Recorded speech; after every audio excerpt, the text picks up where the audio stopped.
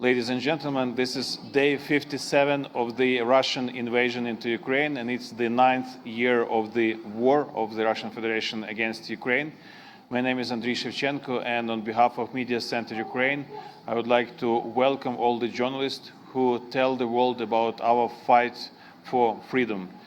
And right now we're going to talk about the humanitarian situation in Ukraine and about the United Nations efforts to support Ukraine in this situation. And we'll start with Mr. Amin Awad, Assistant Secretary General and Crisis Coordinator for Ukraine at the United Nations. Mr. Awad, what's your assessment of the situation? Thank you very much. Thank you. Ladies and gentlemen, good morning, good afternoon to everyone, wherever you are. Thank you for being here today, and I'm also very pleased to be here and address all of you. I want to begin by echoing the words of the Secretary General that this war must end. We must stop the destruction, the misery, and the movement of people inside the country and outside, and end to displacement. The past 2 months have seen suffering, devastation, and a massive scale of loss of life. Let me share with you some of the sobering statistics. At least we have 15.7 million people in Ukraine now who are in urgent need of humanitarian assistance and protection. As of today, over 5 million people fled Ukraine to seek safety in other countries, and another 7.1 million are being internally displaced across the country. This represents about 25% of the total population of Ukraine. This is a big number. The destruction of civilian infrastructures at massive scale. Since the war started, we see that more than 140 health facilities have come under attack. Severe damage of water system that left about 6 million people without regular access to water. And also an average of 22 schools a day have come under attack in a way or another. In my report, the uncertainty over the fate of the civilian population is of concern to us. The people living in the Kherson continue to confront tremendous challenges with reported shortages of water, food, medicine, and other amenities. In Mykolaiv, people have been without water for several days, and that's the case in many other villages in the east. Across the oblasts, and especially in Donetsk, Donetsk, Kyiv, and Chernivtska, devastation of urban center and destruction of civilian structure have made life unbearable for millions of people, severely disrupted critical services, including healthcare and access to water. We are concerned about the impact on civilian infrastructure, and we consider it as a clear violation of international humanitarian law. And civilians must be protected and allowed safe passage. The humanitarian phase is tremendous. We as humanitarians face tremendous challenges in carrying out our daily work. On many occasions, we prevented from reaching areas where people are in desperate need of assistance. I appeal to safe and unhindered access for humanitarian assistance and allowing civilians to also come out to safety. We have seen people returning, but a lot of them are returning to nothing. With over 12 million people displaced, durable solutions to self-displacement cannot wait. People are returning to empty places, to empty villages. Going home after having been forced to flee is one of the most normal humanitarian desires. I can understand that longing for home by many displaced Ukrainians. As the United Nations and together with our humanitarian development partners, we must be ready to support their durable solution from the start. That means putting the last first, as we are continuing to provide humanitarian assistance, but look at the short-term development and durable solution needs. In closing, I would like to echo the Secretary General's call for restraint and humanitarian pause to allow for safe passage of civilians and for the safe delivery of urgent humanitarian aid to people in need. And I also underscore the need to put aside divisions and focus on covering the interests of all and end the senseless war. I now also would like to give the floor to the resident and humanitarian coordinator Osnat Lubrani. Welcome, Osnat. I give you the floor. Thank you. Thank you, Amin. And I just want to introduce myself, and sorry for the delay. We arrived a bit late. My name is Saviano Abreu. I work for the United Nations Office for the Coordination of Humanitarian Affairs. We supported the media today.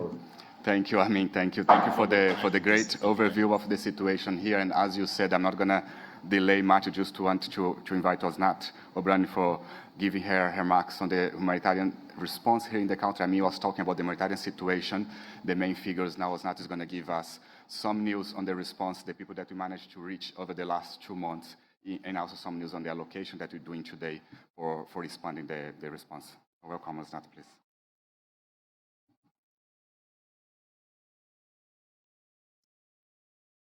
Thank you, Amin, and thank you to all the journalists that are here today and also online. So you all heard the crisis coordinator speaking about the situation, and I just want to start by echoing all of our concern, all of the UN agencies and our partners over the escalation of hostilities and the devastating toll it is taking on Ukrainian civilians and on civilian infrastructure across the country. As we see from day to day, the situation is worsening. Just over the past days, there have been airstrikes in Kiev, Luhansk, Donetsk, Kharkiv, and here in Lviv, hitting residential buildings, causing civilian casualties, including people that were killed, whose lives were lost here in Lviv. So I also say, together with Amin and everyone, we need for all of this to stop. But at the same time, all of us are so committed to continuing to do all possible to reach all the Ukrainians in need of urgent assistance. And I want to also highlight in particular my deep worry that this war is affecting women disproportionately and in many ways deepening inequalities. The increased number in allegations of sexual violence perpetrated against women and girls is horrifying. And these all need to be investigated. And already now we have to ensure that there are support services in place to help survivors of such atrocities. And I'm sure my colleagues, perhaps from UNHCR and Caritas, can share more specific challenges and risks in Ukraine that women are facing, including those that had to flee to other countries. Over these past 2 months, aid workers from local and international NGOs and UN agencies have been working day and night to scale up our response and assist people affected by the devastation and destruction. And this is alongside, of course, the work of so many amazing volunteers. Yesterday, we finally managed to reach Chernihiv with 9 trucks of critical food, blankets, and other household items to people in a city that has been besieged until recently and is heavily affected by the war. I want to say that we have so far been able to reach with life-saving assistance to over 3.3 million people in Ukraine. This means that 3.2, if I break it down, 3.2 could put food on the table for their families. 1 million were treated or received critical health care support across the country. 225,000 could access clean water and hygiene products. 221,000 people uprooted, internally displaced, received emergency shelter and critical household items, and education services for children who had to flee their homes and their schools are now reaching 88,000 children.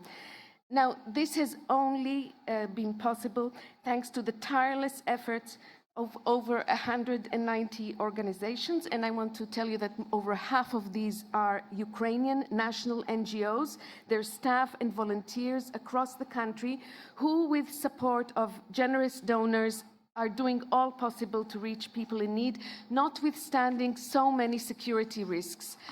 And I also want to remind you that it was 2 months ago that all of our humanitarian focus was only on 2 oblasts. And right now we are operating across all of the 24. So this has been an unprecedented change in just 2 months. But the needs are so great, and this is why I'm here today to announce the release of $50 million from the Ukraine Humanitarian Fund to support NGOs and UN agencies to continue to expand their life-saving work. This is the largest allocation that the fund has ever made, and this is again thanks to the support of our donors. These funds will allow us to reach an additional 2 million people with the support they need to survive and face probably one of the biggest challenges of their lives. More than 60% of those that we aim to reach will be women and girls, and a part of the funds will be allocated to prevention of any form of gender-based violence and support survivors. And I'm sure you will agree that this is an absolutely vital priority. Let me also remind you that since February, the Ukraine Humanitarian Fund, together with the Central Emergency Fund, which we call the SURF, have allocated over 158 million for the humanitarian response in Ukraine, making this the second largest source of funds for the humanitarian operation. And why is this allocation from the fund so important and in my view special? This fund is a mechanism that is able to directly support humanitarian partners who are the best placed to operate in Ukraine, even small organizations, because we manage it here in Ukraine, in the country. And with these funds, NGOs, including in areas that are not in government-controlled areas of Luhansk and Donetsk Oblast, are able to, well, just in Luhansk, they were able to provide 145,000 people with protection services. They were able to evacuate people from isolated areas of the oblast and distribute water and hygiene to people with disabilities. And dozens of thousands of people displaced in transit areas in Lviv have received hygiene kits. And this happens fast. 4 days after the start of the war, we allocated $18 million to respond to the emergency, and we then increased it to 40 million, given the scale of the needs. So this allocation as well will go directly to organizations working in the most affected areas of Donetsk and Luhansk Oblast and other places in both government and non-government controlled areas. And our partners will also provide relief in Chernihiv, in Kharkiv, in Kherson, Irpin, Bucha, and other Kiev suburbs, Sumy and Zaporizhia. And I want to again emphasize that a core objective of the funds is to support localization. And we are very pleased to partner with so many outstanding local organizations. And just on the fund itself, I want to say that when this war started, we had 49 partners, and today we are up to 78 partners, including half of them almost are national NGOs. As the crisis coordinator said, in some of those areas like Mariupol and Kherson, it's been extremely difficult and we have not been able to reach them, but we are trying hard every day and we won't give up, and we engaged with both parties, calling on them to urgently facilitate delivery of critical humanitarian assistance to the people in those most hard-hit areas. So thank you all for the support. Thank you for being here. Thank you. Over to you. Thank you, Osnat, and thank you for especially recognizing the efforts of the national organizations here in the country working to support Ukrainians impacted by this war. No? I want to give the floor now. I know that there are some questions. I'm just going to ask you a bit more of time, quick, because we have two more colleagues that want to give you some overview of the work that they are doing here. Is our colleague from the UN Refugee Agency, Karolina Lindholm, I pronounce it correct? Yes, please. She's going to give an example of one of the UN agencies working here, especially on protection issues during the war. And then Tetiana from Caritas is also going to give some remarks on the work of Caritas in the country. So we promise to be fast because we know we have questions, and just bear with us a bit more. Thanks. Thanks. Good afternoon. And yes, as Saviano said, UNHCR is working within the collective humanitarian response, specifically focusing on protection, shelter, and assistance. And one of the things that we see through protection monitoring being done around the country is a very high level of protection risks that displaced people and people living in the hard-hit areas are facing. The number one concern, of course, they raise is direct exposure to shelling and armed violence. Family separation is another one, restrictions on their ability to move around freely. Many are losing or not having documents to prove their identity, that they need to access services. And another issue is obviously the high levels of stress and anxiety, creating a need for psychosocial support. Another key area that people raise themselves in the protection monitoring is lack of dignified reception conditions. I mean, with more than 7 million people internally displaced within Ukraine, there is really an acute need for not only immediate shelter, but also longer-term housing for displaced people. Gender-based violence, obviously, as Osnat mentioned, comes up a lot, and therefore the protection services are also focused on preventing and mitigating the risks. So as one of the actors working in this response, our priority is to really work together with and in support of the government of Ukraine and its local authorities and local communities, all the volunteer organizations and civil society networks that exist in the country and have also been very active in the East over the past years.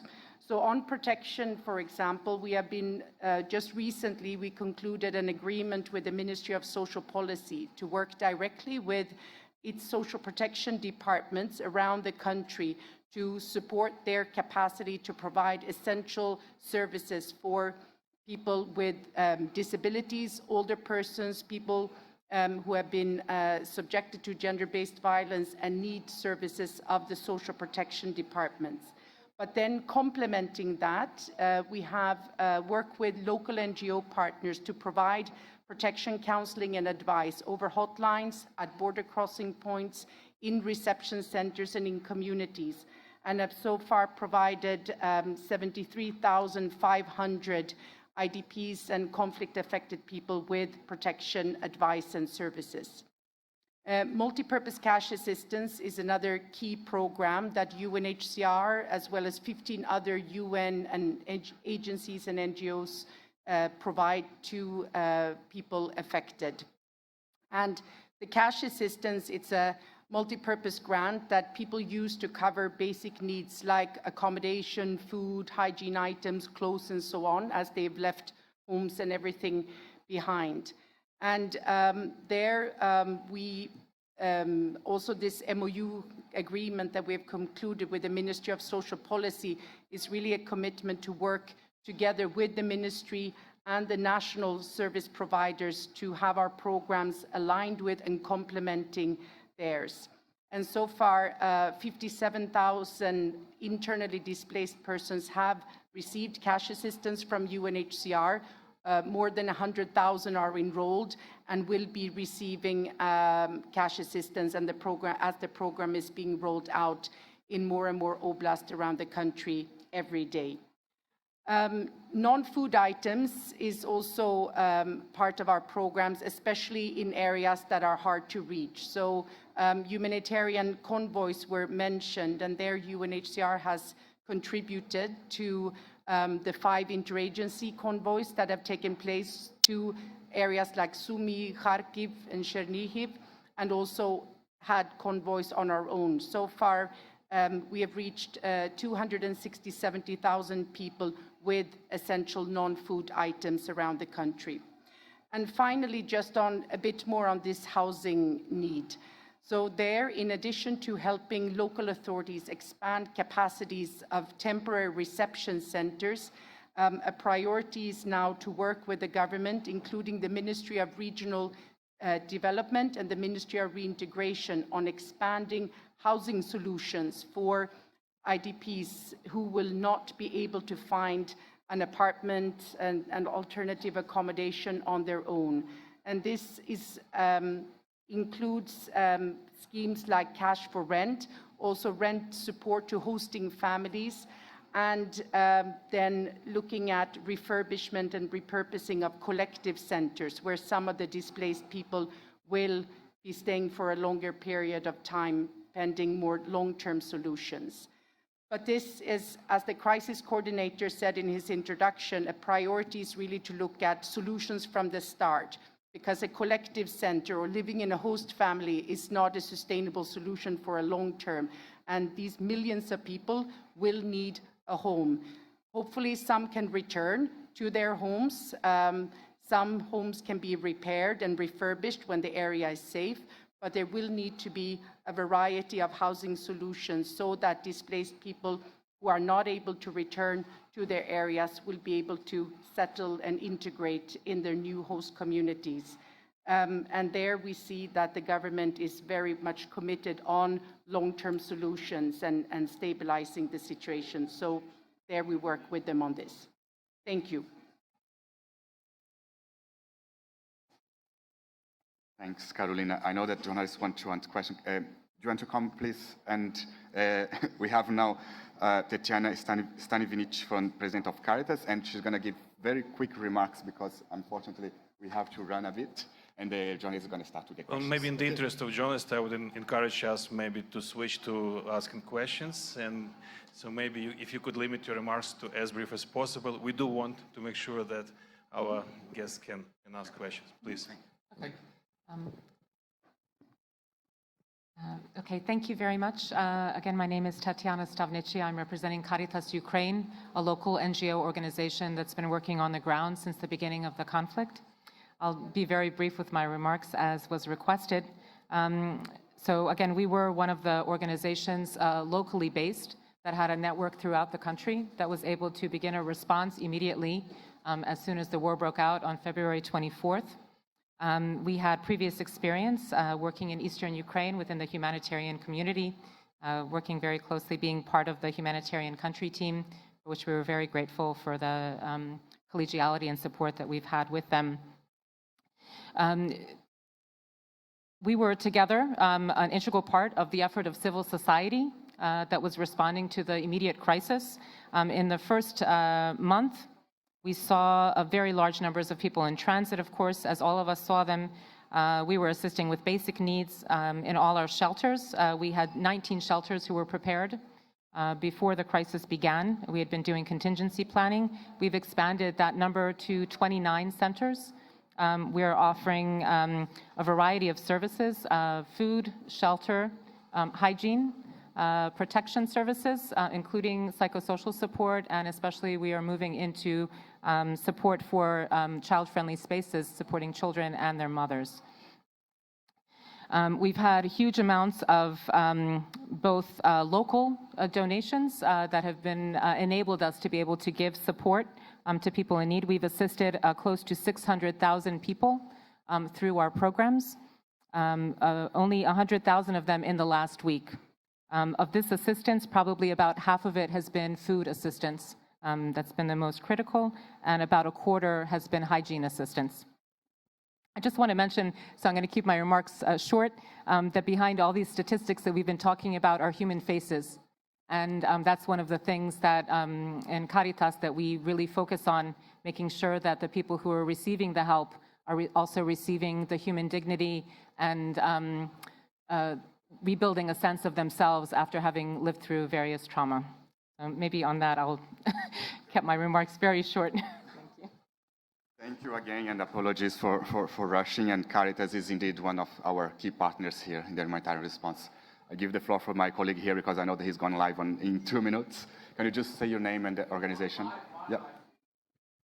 Just, it's Max from Süddeutsche Zeitung, Germany newspaper. Yeah. Just a question concerning Mariupol. The mayor said there are different negotiations ongoing. What do you know about from the United Nations? Are the United Nations involved in negotiations concerning Mariupol? And on a broader perspective, are you involved in the negotiations for a ceasefire? Thanks. Okay, I'll go to my colleague there as well, because you want to go live, so we get the 2 questions. Just please say your name and yes. Thank you very much. And, no problem. My name is George in Phoenix Saturday TV. I'm an Australian journalist. Okay. And obviously, I got an interesting. The United Nations in your organization. Do you have more like numbers, because it looks like wars going to continue. The disaster might spread out. And do you have any contingency to increasing the number of the humanity support? Because we can see a couple of days ago, the bombing here in Lviv, and the 7 people die, 11 people were injured. So it might increasing. So could you please tell me? Okay. I will pass the floor to the humanitarian. I just lost him. I don't know if he's still online. You can come? Okay, so Osnat is going to respond. I think she can come in the 2 questions. Let's start, please, Osnat, with the second question, because he's going to go live. You are going live as well? No. So we start with the second question on how we're going to plan to expand the response here in the country vis-a-vis the... Come here.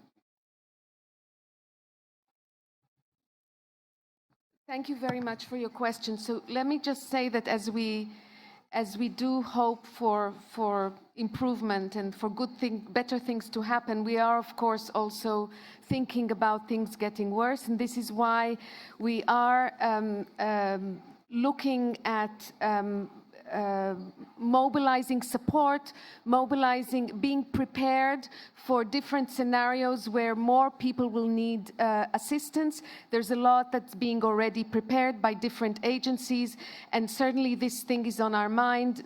The war is still ongoing. Of course, we advocate for this war to stop. But we are definitely thinking about the possibility that more people will be in need, and this is also why we are updating the flash appeal to also be sure that we have the capacities and the funds to do that. So that's for your second questions. Look, in terms of the negotiations on Mariupol, I think the messages from the UN, from the Secretary General to the Crisis Coordinator, to all of us is, of course, that we are calling for pauses, at least for people to be able to come in, to come out in whichever direction they wish, and for humanitarian aid to go in. We are in touch with the different parties to try and negotiate that happens. So that is, but it's an ongoing process, and so far we have not received the kind of clearances that give us the secure access that is needed in order to be able to do that. But we are continuing to engage and to request access to both Mariupol and Kherson. And perhaps, I don't know if Karolina has anything more to add. Thank you. Thank you. I just to complement what Osnat said about the flash appeal, as you know, we have launched a couple of months ago a flash appeal with 1.1 billion requests. We have 68% funded today, and on Monday we're going to release new figures on the new financial requests for this appeal. Please. Thank you very much. I'm Jane Arath from the New York Times. Did we lose the crisis coordinator? We lose him. I don't know if my colleagues can tell. The connection is lost with the crisis coordinator in Kiev. I think he had another meeting. Okay. I'm sorry, but I hope I can be. I'm sure you can. Yeah. Could you give us an idea of kind of numbers you're looking at? If this crisis is going to get worse and you're scaling up, how many more displaced are you making arrangements for instance, and what kind of plans do you have? Thank you. I think my colleague from UNHCR can support on that. Karolina? I think, I think there is an exercise that I believe is ongoing to try and look at the numbers. So I can't really tell you right now, but I do think we have worries that definitely the number will be in several million more people than currently that are in need, that it will grow by several million, but I can't give you the exact number right now. No, in need of humanitarian assistance. That obviously would include those additional people that might be displaced, yes. Karolina's going to perhaps Karolina can add on that. Maybe on Monday there will be the revised flash appeal and the revised regional refugee plan that will be published then. So then the numbers will be loud. But yes, indeed, more people displaced expected and more people affected, and therefore more greater needs, obviously, and higher targets in the different areas. Okay, just to give a bit of perspective, when we launched the appeal, the flash appeal in March, we had 2 million people expected to be internally displaced in the country. Now we have 7.7 2 months ago. So it was our provision. This crisis went above any provision that we had before. So it's something that to give some perspective as well. Please. Hello, Olga Lada, Daily Mail. So Russian forces destroy food warehouses, infrastructures, and in very simple and practical terms, what will these attacks on food supplies mean for local people? And to what extent do you believe that Putin is trying to recreate a Holodomor? I'm not sure if I understood the last part of the question. Yeah. To what extent do you believe that Putin is trying to recreate a Holodomor? Yeah. Okay. I have to say that I wish I could read what Putin has in mind. It's not, I wouldn't go that far, but definitely I would say that we are very concerned about the food security crisis, and the food needs are already enormous in Ukraine, and this is why I think in all of the presentations we were talking, it's sometimes, just being able to safely access food. But I think Ukraine also is such a breadbasket for the region and globally. So I think it will also have impact beyond Ukraine, and therefore we hope that, as was mentioned, that there will be a possibility for food production to continue. And for the time being, I know that there is still the markets are still there. So I want to be hopeful. Tetiana, no, I'm just saying that there was a mention on that the seeding that there will be continued production of food in Ukraine. This is my hope. I think we would not want to see that disrupted, and I think certain organizations are very concerned about that, and we definitely want to support the food security issues of those people that have the need, but at the same time, again, working with the government, working with the partners to also ensure that wherever possible, the Ukraine production of food can continue.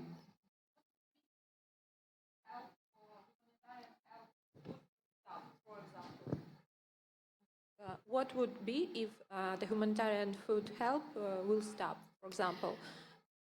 I think right now, and as we've heard a lot of stories, particularly in the besieged cities, in some of those places, people are really at risk for their lives if food does not arrive. And I think that is why, when we talk about humanitarian assistance and food assistance, you're really talking about a situation where people have nothing to put on the table. So I do think that the food supplies to people that are unable to reach supermarkets, even if there is food there because of the security situation, if we are able to get to them with food, this is very important. I can tell you that, when I was in Kharkiv recently, and we also brought food and medicines there, and when I was speaking to some of our local partners, I think the story was that it's sometimes, it doesn't even matter, like you might have money, but it's not safe to go to the store. Or in some cases, basic medicines are simply weren't able to get to the pharmacy, so you can't get them. So that is why we need to bring those through the humanitarian convoys. And that's why it's so important that we are able to have access. Thank you. Thank you. My colleague, do you want to complement? In any case, if you need any specific numbers on the food security, I can give you contacts of my colleagues from FIO and WFP. They can complement the information as well. Karolina. I mean, just maybe short to say that in this revised flash appeal that will come out on Monday, and that's why I can't reveal the figures yet, but I know that the food security kind of sector and the multi-purpose cash sector. These are two of those where there is an increase in need. I can say for UNHCR, for example, we're aiming to reach 360,000 individuals with multi-purpose cash in this first phase. Our target is to double that in the next phase, and that money is used, amongst other things, to buy food. And it goes therefore directly to the shops, to the local markets, rather than as food in kind. But indeed, there are areas in the country where the markets are not functioning, and that's why WFP in particular is providing food assistance directly to people. So these are definitely some of the biggest concerns where there are higher needs now than we anticipated. Thanks. Any more questions? No? Tetiana, do you have anything on the food that you want to complement? Just to give you the floor last time and we can close. Maybe I would just comment that with the food security, I think it is important both to have in-kind and the cash, yeah, because you want to make sure that you're supporting the Ukrainian markets and that you continue to support the Ukrainian economy as much as it's able to function, and then supplement it where that's not possible with in-kind contributions. Thank you. Thank you. So if there's no more questions, just a huge thanks to the journalists here. Huge thanks to the Ukrainian Media Center for hosting us as well. And we had other opportunities to have this kind of engagement with media, but we want to mention that we promise to have it more often and more regularly. So you can expect us to come back here and to brief you on the situation more often from now on. And any requests that you have, my colleagues from OCHA are here and myself, we can support you as well. Thank you very much.